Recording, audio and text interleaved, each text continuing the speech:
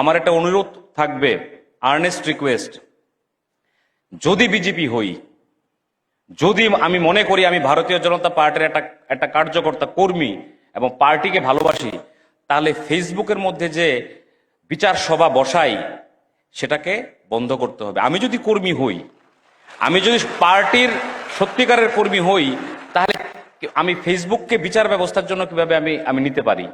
আমার বলার জায়গা আছে, আমার ক্ষোভ প্রকাশ করার জায়গা আছে, সেই জায়গায় আমাদের যেতে হবে। আর নাইলে কি হবে, পার্টি কিন্তু এগুলো খুব ক্লোজলি ফলো করে, যে কার অ্যাক্টিভিটিস কি, কে কিরকম করছে। অনেকগুলো এজেন্সিও এখানে কাজ করছে।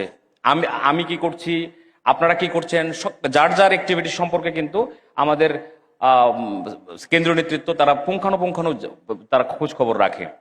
তো ফেসবুকে যদি আমি আমার পার্টিকে ভালোবাসি, আমি যদি একটা ঊর্ধ্বতন কর্তৃপক্ষ সম্পর্কে লিখে দিলাম ফেসবুকে, তাহলে কি এটা পার্টির জন্য ভালো হবে? এটা তো পার্টির জন্য ভালো হবে না। তাহলে এটা কোন বিজেপি করি আমরা?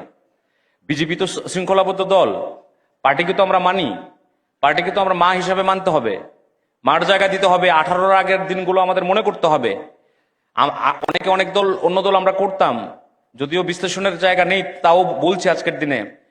তখন কি হতো, আমাদের পরিশ্রম, আমাদের রক্তের বিনিময়, আমাদের ঘাম ঝরানো পরিশ্রম, এই সমস্ত বিক্রি হয়ে যেত। এবং ওই দলে কি, অন্যান্য দলগুলোতে কি আছে? অবিশ্বাস, বিশ্বাসঘাতকতা এবং নৈতিকতার বাইরে কাজকর্ম। আর ভারতীয় জনতা পার্টি আশা, আলো, বিশ্বাস, অগ্রগতি। তাহলে পার্টিকে যদি ভালোবাসি, পার্টিকে যদি মা হিসেবে ভাবি, আমাদের পার্টির এগেইনস্টে কোনোদিনও কোনো কিছু বলা যাবে না, এবং পার্টিকে আমাদের সমৃদ্ধ করতে হবে, শক্তিশালী করতে হবে।